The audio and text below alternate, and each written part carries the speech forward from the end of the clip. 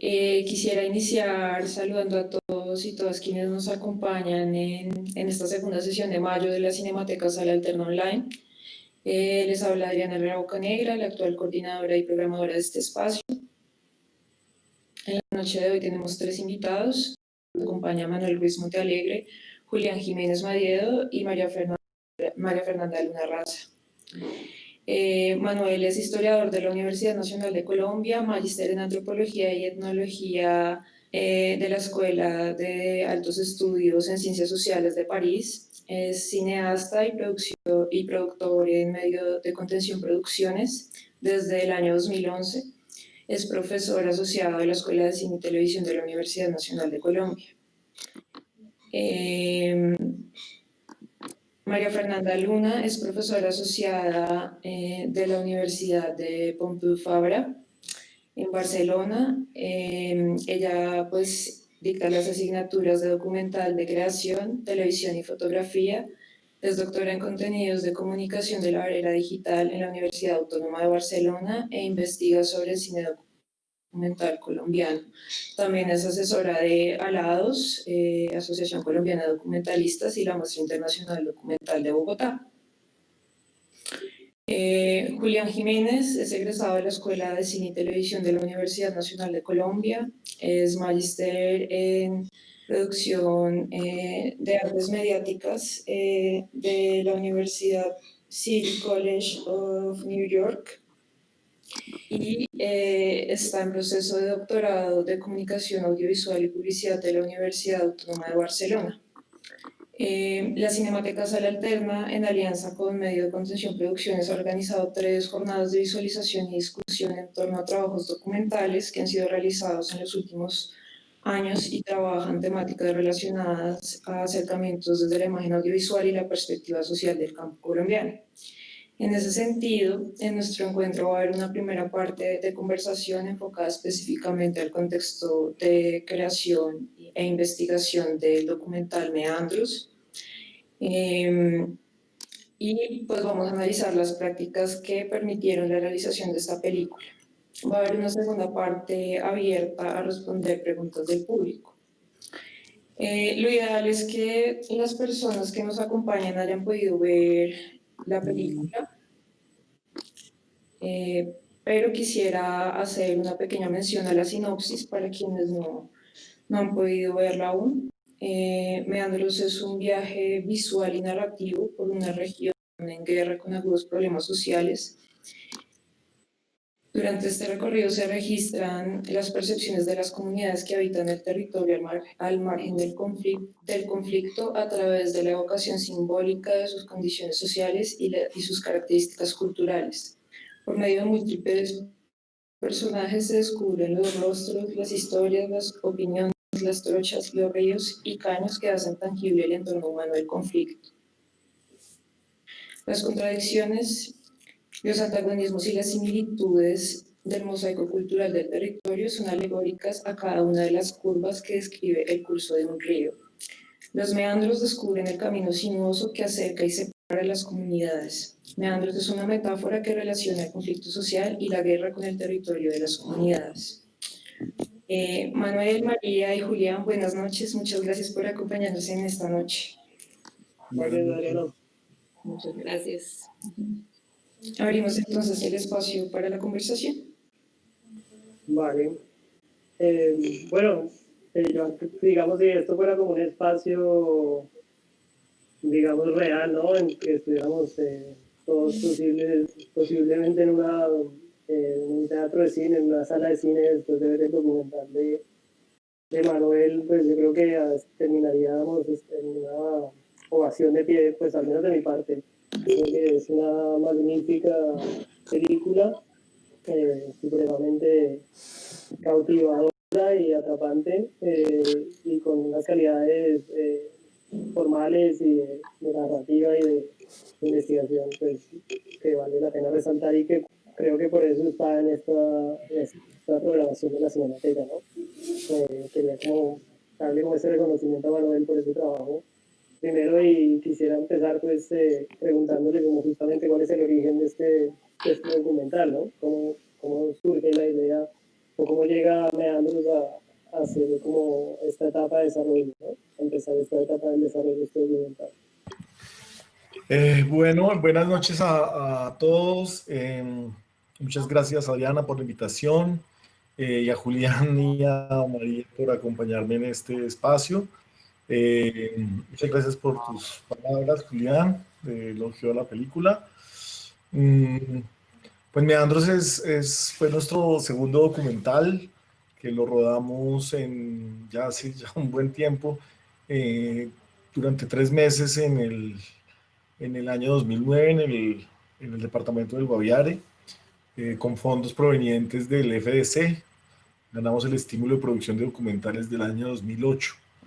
Y debo decir que el origen de esta película pues tiene un origen particular, que es el origen de un investigador en ciencias sociales que descubre el lenguaje cinematográfico como un medio muy interesante para hacer una reflexión sobre la investigación y sobre el territorio.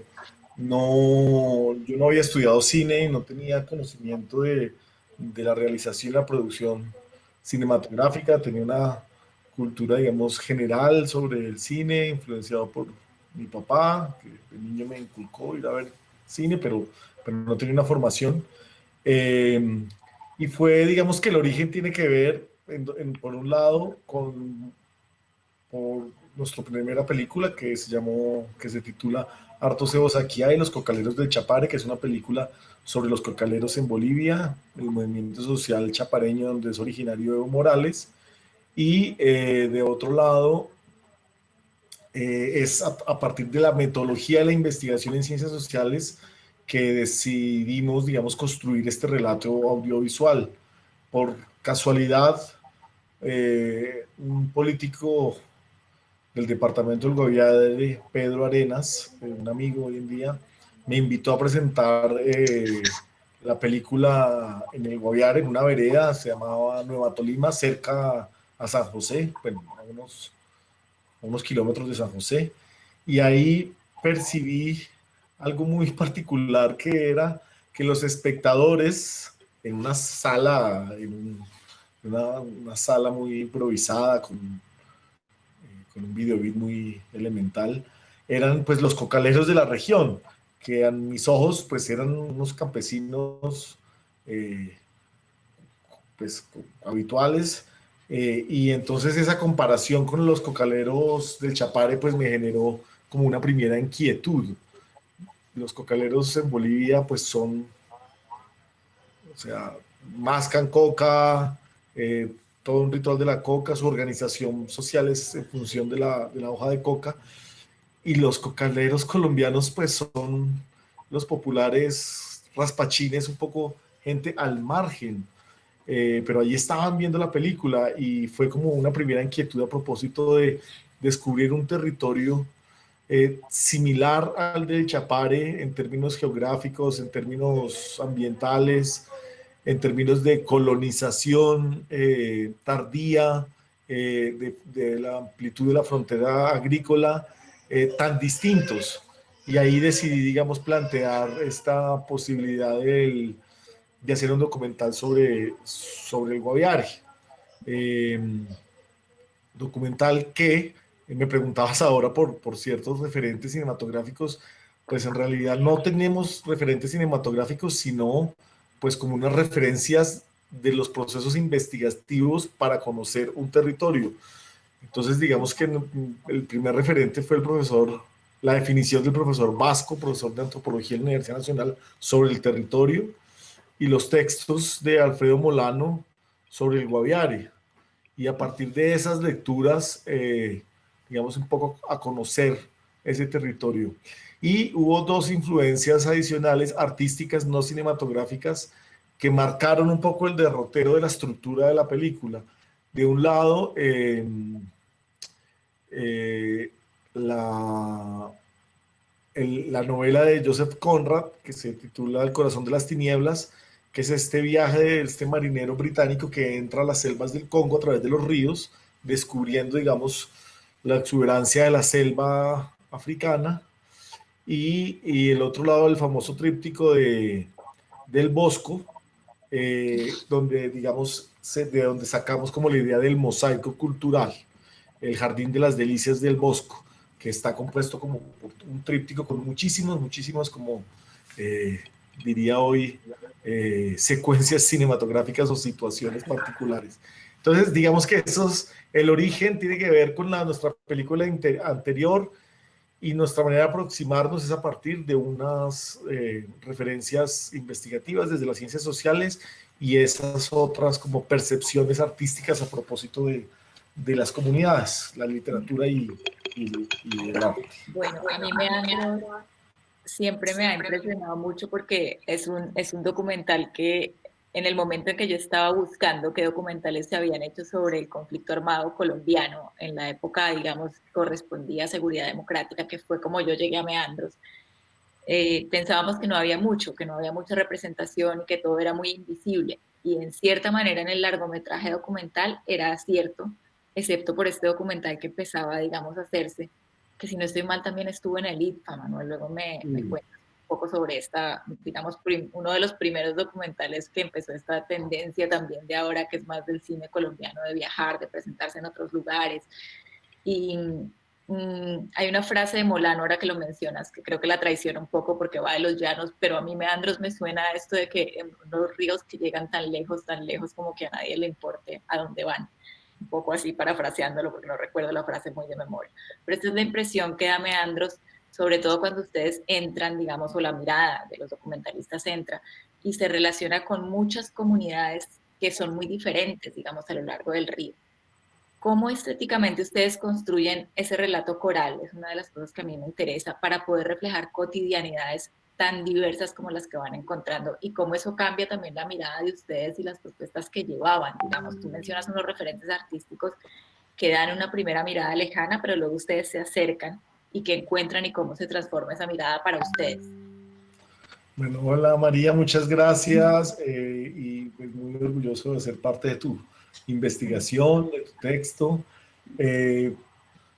Cuando Adriana me invitó a participar en este conversatorio, pues con mucho gusto accedí. Casualmente Julián me escribió y me pareció pues muy interesante que en este espacio cinematográfico hablemos como desde la investigación, ustedes que han sido formados como en el ámbito cinematográfico, pero que sean pues que han enfatizado su recorrido profesional en la investigación y yo un poco a la inversa, que vengo de la investigación social y ahora, digamos, cumplo más tareas de productor y ahora de ficción, donde en estos espacios se habla como de número de espectadores, número de pantallas, target y cosas de esas, que en realidad no me parecen tan emocionantes como estas conversaciones. Entonces, pues, muchas gracias. Efectivamente, digamos que la estructura final del documental, pues como todos la hicimos en el momento del montaje, pero nosotros teníamos una metodología, un dispositivo durante el rodaje, y un dispositivo que denominamos relatos de vida. Es decir, el Guaviare se volvió una zona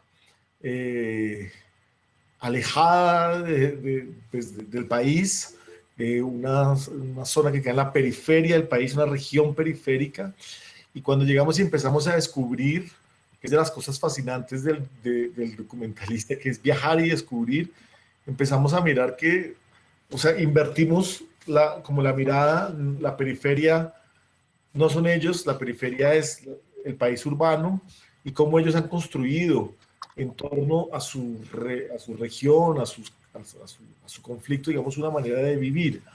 Entonces, el dispositivo nuestro, que llamamos Relatos de Vida, era acercarnos como a filmar un cotidiano de los distintos tipos como de comunidades que habíamos definido previamente, y hacer una entrevista, digamos, en profundidad, después de hacer como un ejercicio etnográfico de convivir con ellos. O sea, todas las personas que hacen parte del documental, pues tenemos hoy en día una relación, o tuvimos una relación afectuosa, porque pues eran dos En ese momento jóvenes que llegaban como a las lejanías del país y se quedaban con ellos unos días a comer, trabajar y estar allí. Entonces, digamos que en función de esa metodología logramos construir como esos relatos.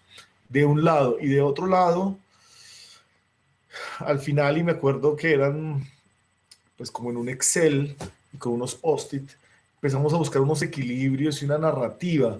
Y entonces definimos los tipos de comunidades que habían, cocaleros, colonizadores antiguos, colonizadores recientes, raspachines, comunidades indígenas, cuáles tipos de comunidades, Lucat, Lucanos, Hip, No.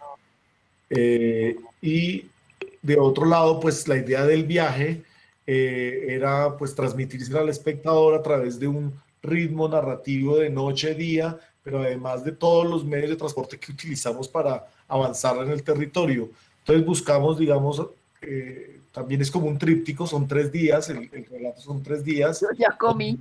Acercándonos paulatinamente. No, Vena, pero Nos íbamos acercando paulatinamente como a las distintas comunidades. Y, digamos, el dispositivo ya del registro, pues era como en cámara en mano, en buena parte, y en otra, digamos, con un trípode, pero pues éramos simplemente Héctor, el codirector, y mi socio, y yo. Entonces, digamos que más que la factura en ese momento era la aproximación sensible a un territorio de unas comunidades que nos ofrecían la posibilidad de conocer desde su punto de vista lo que es ese territorio complejo y distante para unos citadinos como nosotros. Pues digamos que contamos con la suerte de que Evo Morales ganó las elecciones y nuestro documental se volvió una pieza importante, el previo, y Meandros tuvimos la suerte de ser seleccionados en el ITFA, bueno, por su calidad y su planteamiento, pero pues el ITFA es uno de los festivales más importantes de documentales, o por lo menos comercialmente hablando, y eso pues nos abrió muchas puertas en muchos otros festivales, en Múnich, Nuremberg, en París, en Nueva York y en Cartagena. Entonces, digamos que todo ese ejercicio a nivel personal de alguien que no venía de una escuela cinematográfica, sino ciencias sociales, me permitió hacer como todo el proceso completo, desde el proceso de investigación y desarrollo de una película, pasando por las etapas de producción, postproducción, y finalmente descubrir el cruel mundo de la promoción y la distribución de películas en el ámbito comercial. Claro que Meandros no alcanzó a tener como una promoción comercial, pero sí empezamos como a vislumbrar algo que en las ciencias sociales no existe.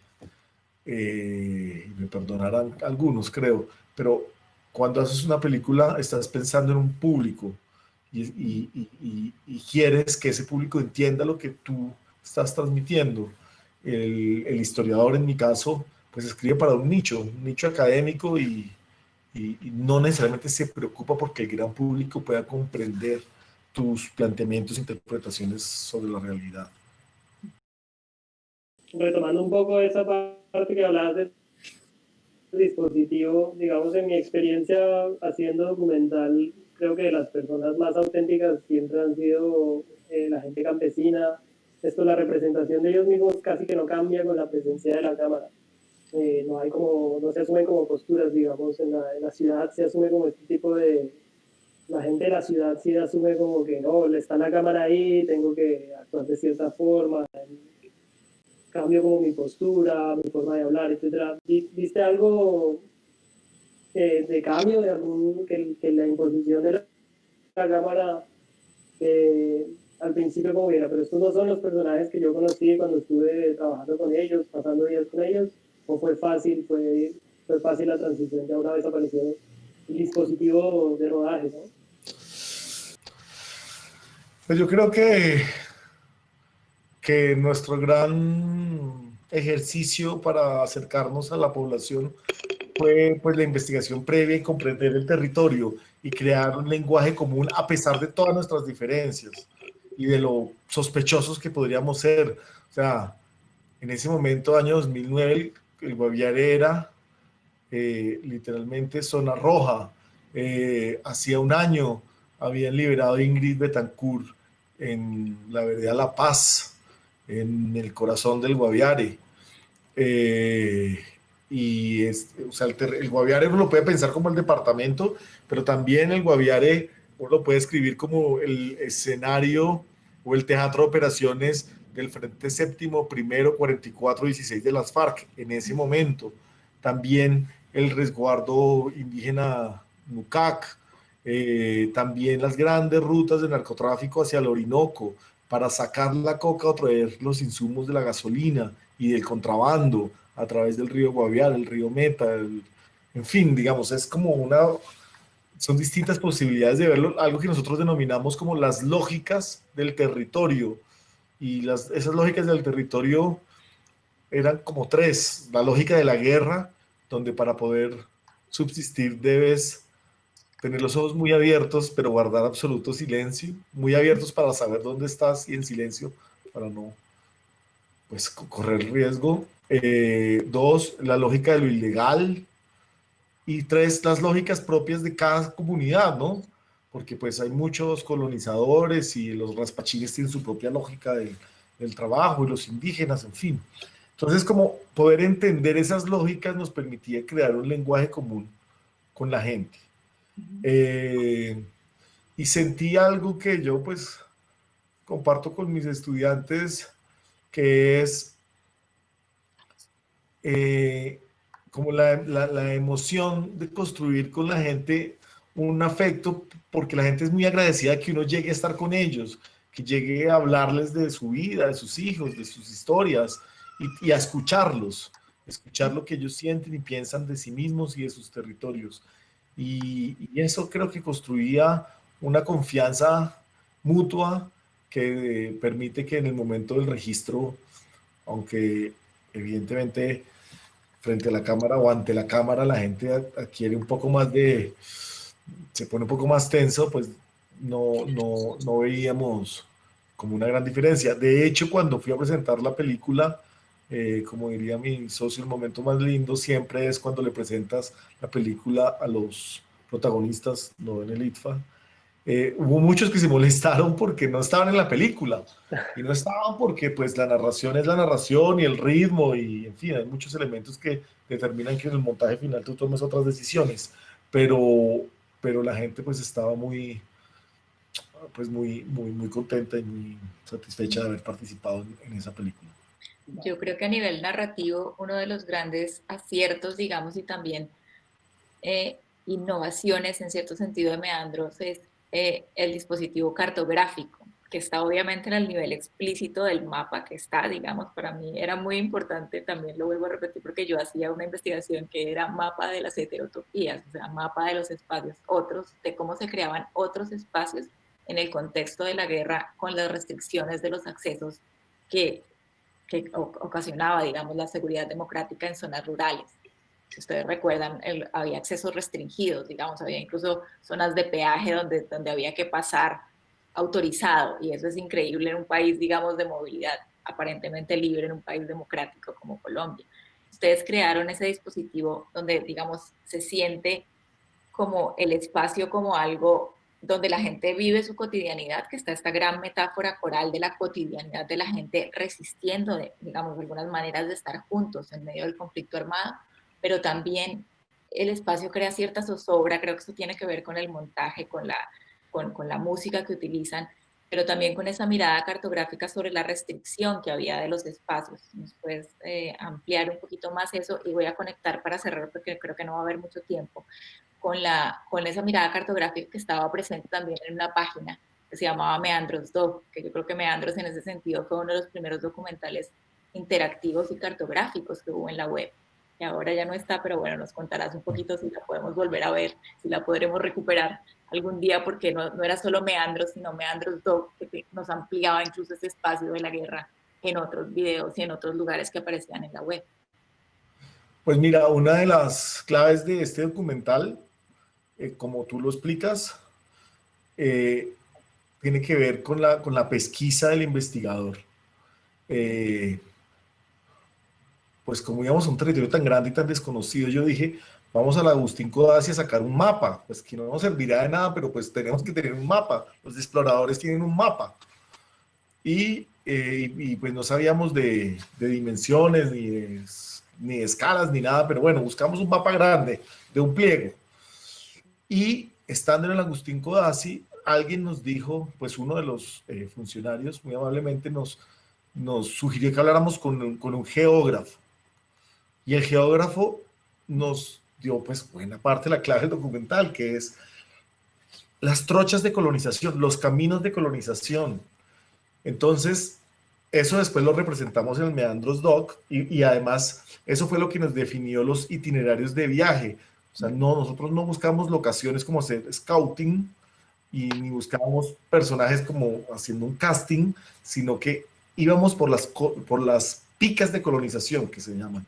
Una era pues el río Guaviare, otra el río Guayabero, otra era paralelo al Guayabero, la región que va hacia Cachicamo, la región que va hacia la Trocha Ganadera y hacia abajo hacia Miraflores, como decían ellos orgullosamente, capital mundial de la coca, al sur del departamento, y el otro era el recorrido terrestre que iba hasta el municipio de Calamar,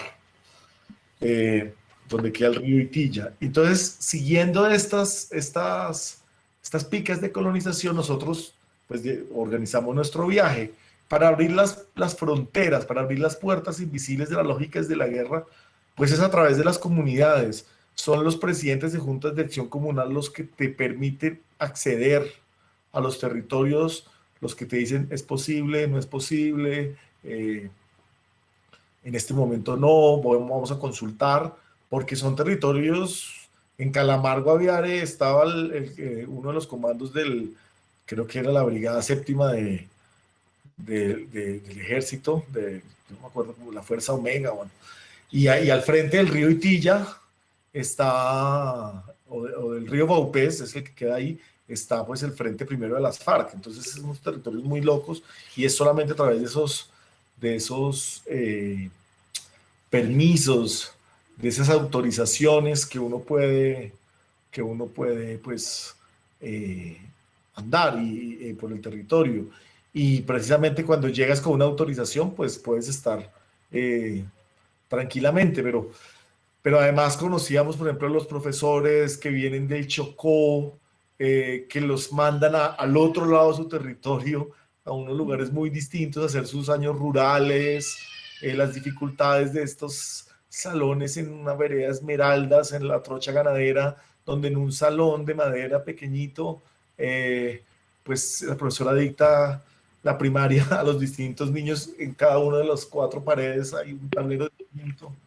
Entonces, pues digamos que toda esa exploración del territorio tuvo que ver con la misma posibilidad de los pobladores y las comunidades del territorio en su momento de avanzar. Y así fue como que nosotros también fuimos avanzando y descubriendo. Y precisamente al ver como las diferentes miradas sobre el Guaviare, ya no como periferia, sino como el centro natural de la vida del territorio de estas comunidades, fue que pensamos en cómo se puede ver el Guaviare de distintas maneras y creamos pues Meandros Doc, que efectivamente fue una propuesta pionera de documentales web en Colombia. Y tiene que ver con 2 cosas que no tienen que ver con el documental web como se conoce hoy en día.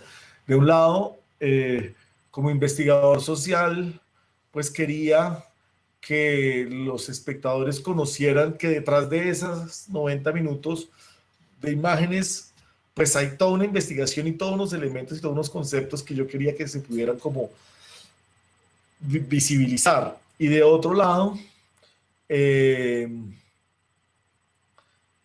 era la posibilidad de cotejar las distintas miradas. Entonces, en Meandros Doc teníamos como sobre la guerra, teníamos el video casero hecho por el bloque oriental durante la toma de Mitu, o no, la toma de Miraflores, filmado por ellos mismos, y también teníamos la filmación de la operación de de rescate de Ingrid Betancourt, filmada por el Ejército Nacional. Entonces era como distintas miradas sobre un territorio que estaba, pues que había coca, que había indígenas, que había coca como insumo para el narcotráfico, pero también coca como planta ritual, colonización, conflicto, guerra, eh, desplazamiento, en fin, como todo el universo de nuestro conflicto armado lo podíamos encontrar en el Guaviare.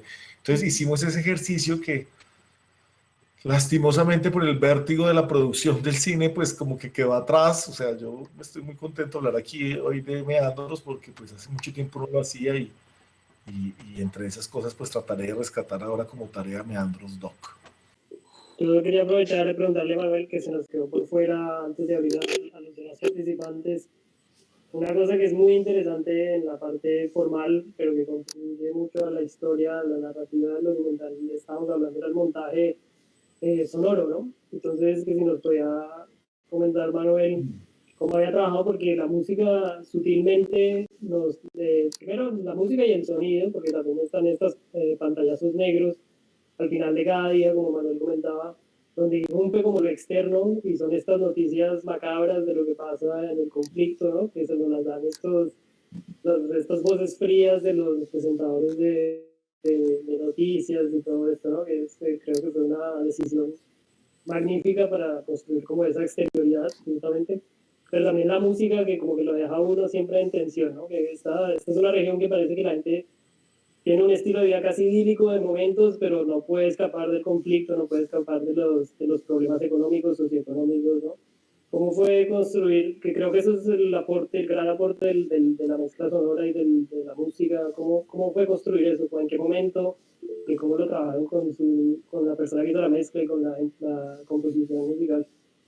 Pues de un lado, esto de hacer películas hasta que llega a uno la cruel ficción, de hacer películas documentales tiene que ver con la confianza y la camaradería y como la cercanía con las personas, porque son periodos de trabajo muy largos, muy intensos, con una financiación apenas como exclusiva para pagar los gastos de una producción, sin ninguna expectativa de remuneración económica por el tiempo invertido. Y eso genera como un colegaje como pues muy intenso, es mi parecer. Y con Camilo Sanabria hicimos la música de esta película después de que hicimos la primera película que fue Hartos Ceos Aquí Hay. Camilo Sanabria pues estuvo presente en toda esta composición musical y digamos que debía cumplir con un rol muy importante que era darle un sentido rítmico a, a nuestro viaje y permitir que una película que puede ser densa en ciertos momentos porque el ritmo correspondía como al ritmo del territorio y a las palabras de la gente en su espontaneidad, la música nos permitiera ir como navegando y recorriendo esos tránsitos en el Guaviare. Y al final encontramos esa canción de un compositor viejo colonizador, Abimelech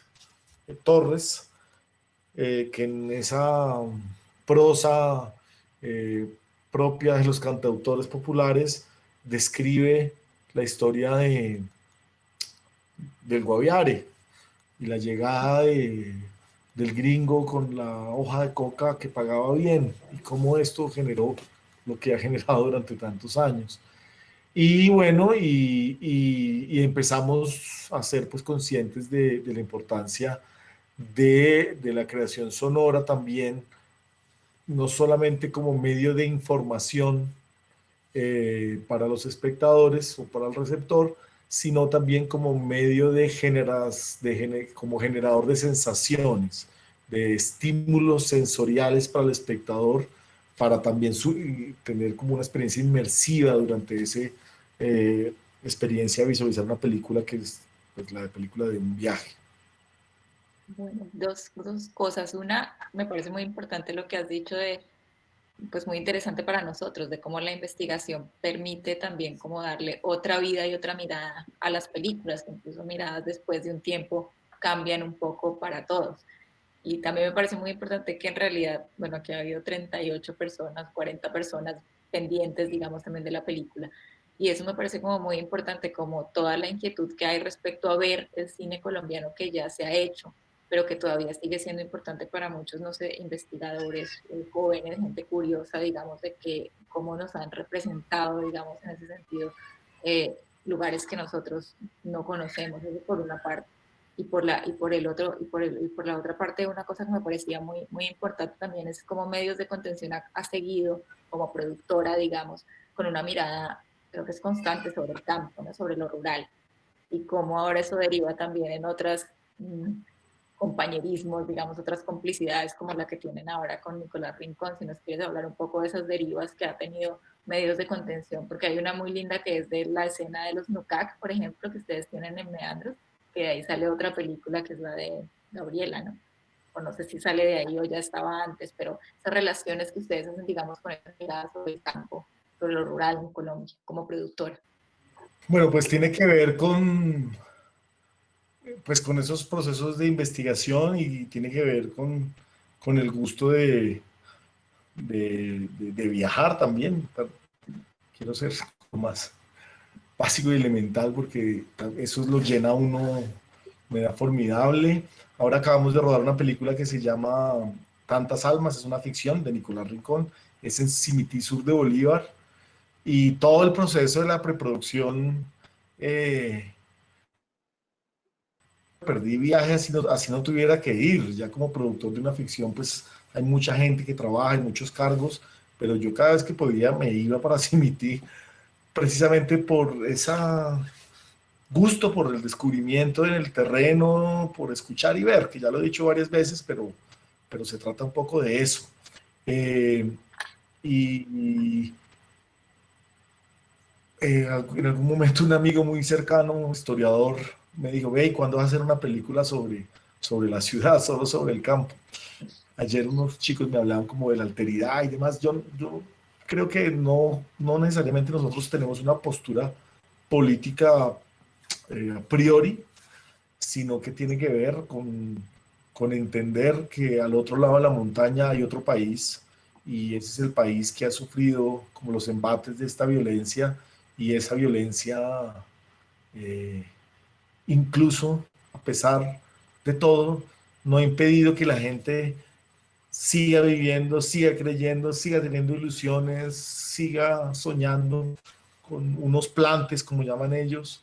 Me acuerdo en esa época hablaban del plan RESA, la seguridad democrática, y se reían, porque el plan RESA daba como un palito de mandarina, una canasta de huevos, no sé, eran como unas cifras que, como los mercados de hoy, mercados de 50.000 pesos, atunes de 20.000, atunes de 4.000 a 20.000, lo mismo, pero plan RESA para que los indicadores de los guardabosques en acción funcionaran para las cifras que necesitaba la seguridad democrática.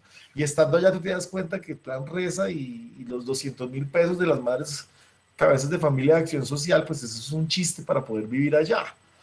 Entonces era algo pues que nos motivaba y bueno, nos motivó y a lo que seguimos mucho tiempo.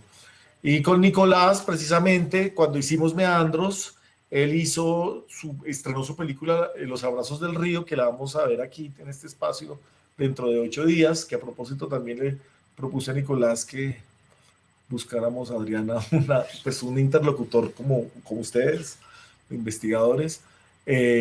Había hecho su película y entonces encontramos esas similitudes en muchas cosas y unas camaraderías. Él es economista de la Universidad Nacional, yo historiador, y entonces ya pues era como un chiste que hiciéramos cine, ¿no? Ahora que hicimos la ficción, nuestro chiste era cómo no podemos entre un economista, un historiador y un ingeniero, que es Héctor, hacer una película de ficción. Y pues son como las camaraderías, las complicidades y un sentir por ese país que está detrás, creo que lo que nos unía o nos ha unido bastante.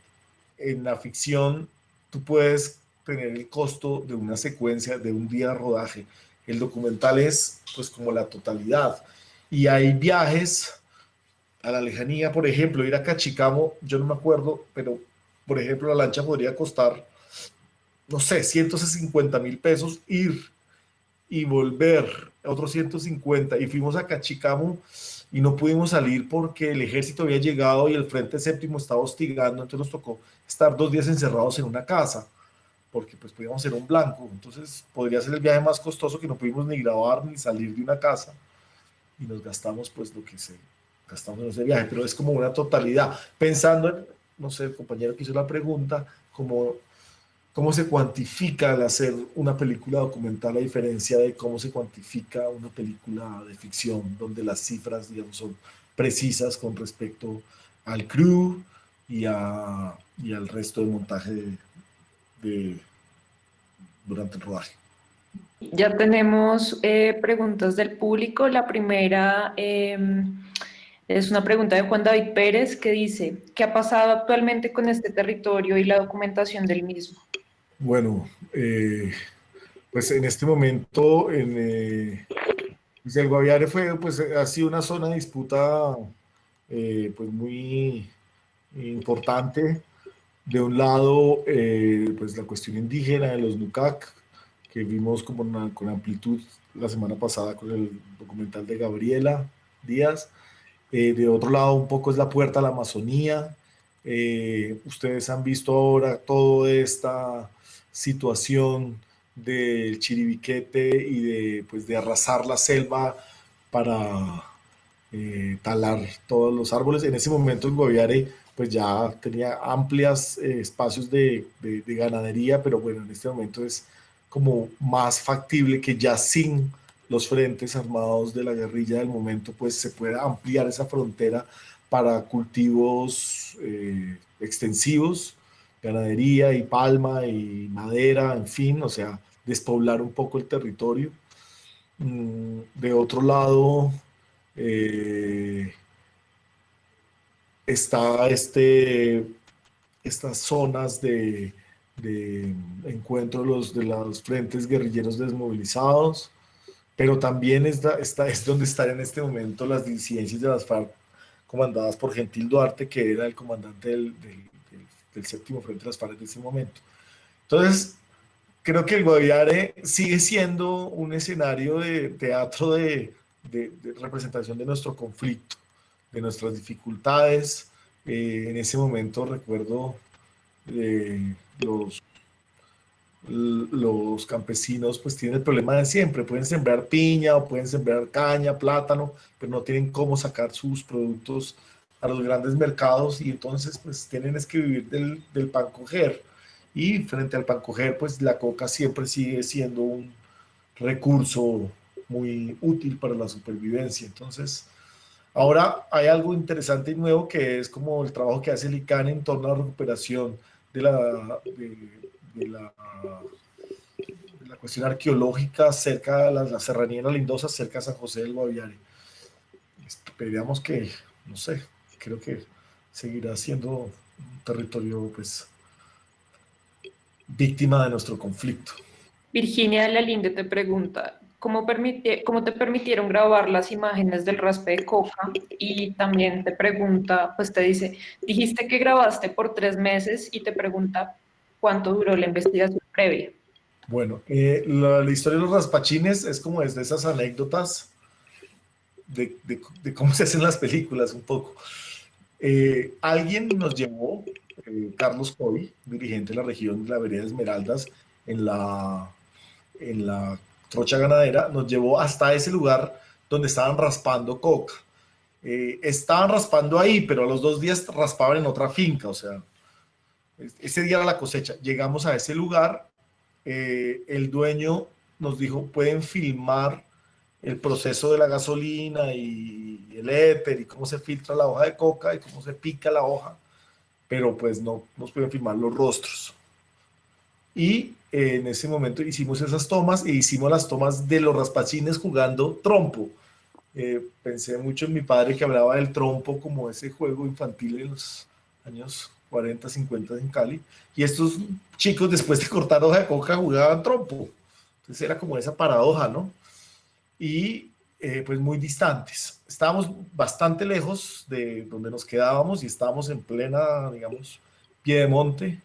Eh, y pues por supuesto no hay luz y se nos acabó la energía de las pilas de la cámara y nos tocó ir hasta un lugar donde los sábados prenden una motobomba y venden cerveza. Entonces nos tocó ir a comprar una cerveza para que prendieran la motobomba para poder cargar los equipos. Y eso fue un poco como el flautista de Hamelin, porque pues en los últimos 20 años la motobomba solo se había prendido los sábados.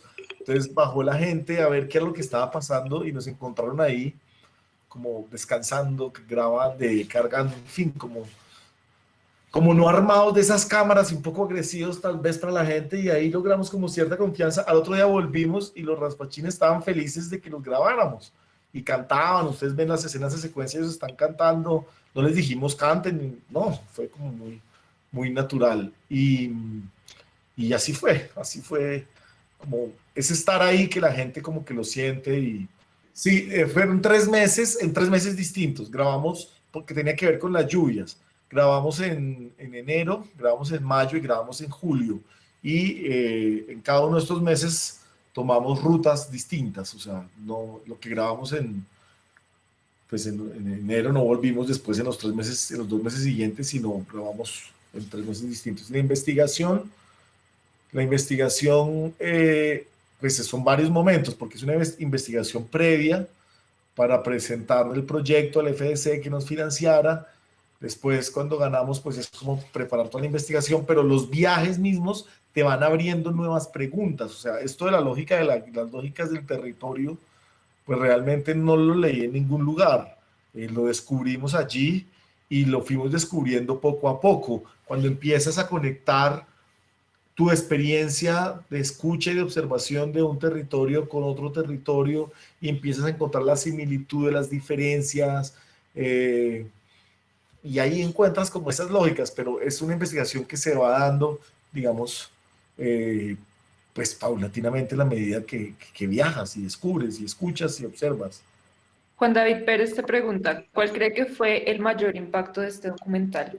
Pues a mí me parece muy significativo que unos investigadores hoy en día tengan como referencia eh, la obra que hicimos. Me parece que las cifras en los reportes del Catbox de Cine Colombia, eso sí se lo lleva el viento.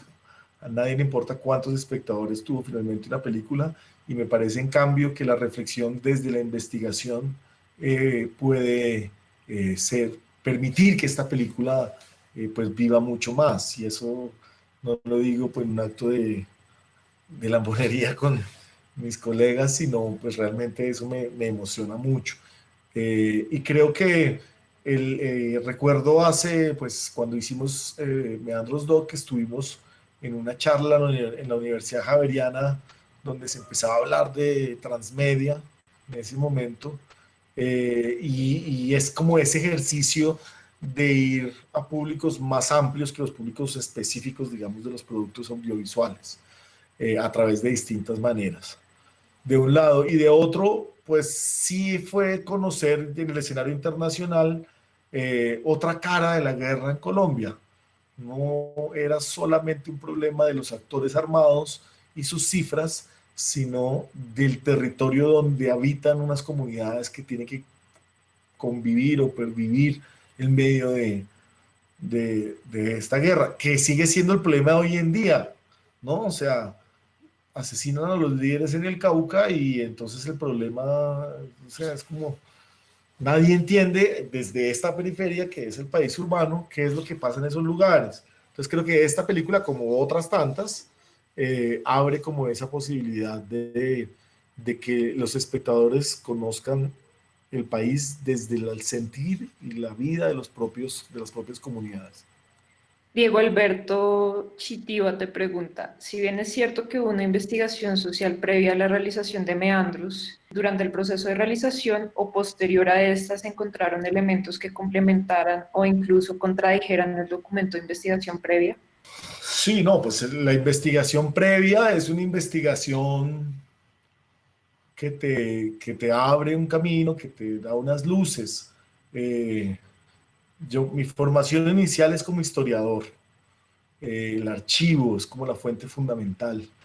Pero cuando descubrí los viajes y descubrí que observando, escuchando, comiendo, se entienden mejor a las comunidades, por lo menos desde mi sentir, eh, pues un poco queda atrás la literatura y ya empieza a construirse un conocimiento a partir de esa literatura que tú interpretas de una cierta manera frente al territorio, los actores y las experiencias que tú vas teniendo. De hecho, pues como anécdota, yo pues siempre dañé muchos planos porque pues me emocionaba más de la cuenta y terminaba.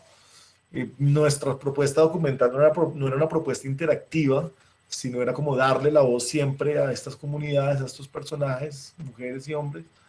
Y yo pues muchas veces terminaba dentro de la película porque pues, sentía como una emoción de lo que estaban diciendo o lo que estaba viendo. Entonces creo que la investigación bibliográfica, teórica, metodológica es un inicio para iniciar, para delimitar, para iniciar, para tener unas referencias investigativas, pero creo que es en el campo cuando te enfrentas a las personas y a sus sentires, a sus sabores, que empiezas también a entenderlas mejor. Éramos dos personas, los que éramos codirectores y coproductores, y Héctor hizo la fotografía, y yo hacía el sonido, hasta que descubrimos que el boom era muy agresivo en ese territorio y a la distancia se podía ver como un arma. Digamos, estás apuntando con el boom y si estás viendo de lejos puedes pensar que es una pistola o que es un fusil. Entonces alguien nos hizo caer en cuenta de ello y entonces simplemente grabamos con el micrófono puesto en la cámara porque lo otro podía ser azaroso o peligroso. Y estuvimos los dos y hacíamos pues la producción y los backup y en general pues todo lo que había que hacer. Y en la edición también trabajamos los dos a distancia, trabajamos con un esquema de un Excel de construir como el relato en función de visualizar simultáneamente el material. David Germán Bello te pregunta que cómo surgió la idea del documental. Bueno, no, pues creo que esa pregunta la abordamos en el comienzo de este conversatorio que tiene que ver con los orígenes y para decirlo de manera sintética, de un lado es como descubrir un territorio a partir de nuestra experiencia fílmica previa, que fue descubrir el territorio de los cocaleros en Bolivia, ahora descubrir un territorio de cocaleros en Colombia. Y de otro lado, plantear desde la investigación en ciencias sociales y unos referentes artísticos no audiovisuales cómo acercarnos a un territorio que íbamos a descubrir. Bueno, pues ahora sí, muchas gracias por acompañarnos a los tres invitados. Muchas gracias también a todos los asistentes que nos han ayudado a formar este espacio y que nos aportan mucho en cada sesión. Los invitamos a nuestras redes sociales y a nuestro próximo evento, que será un encuentro con el documentalista Nicolás Rincón en relación a su documental Los Abrazos del Río, que es la segunda entrega de la trilogía del Campo Hablado.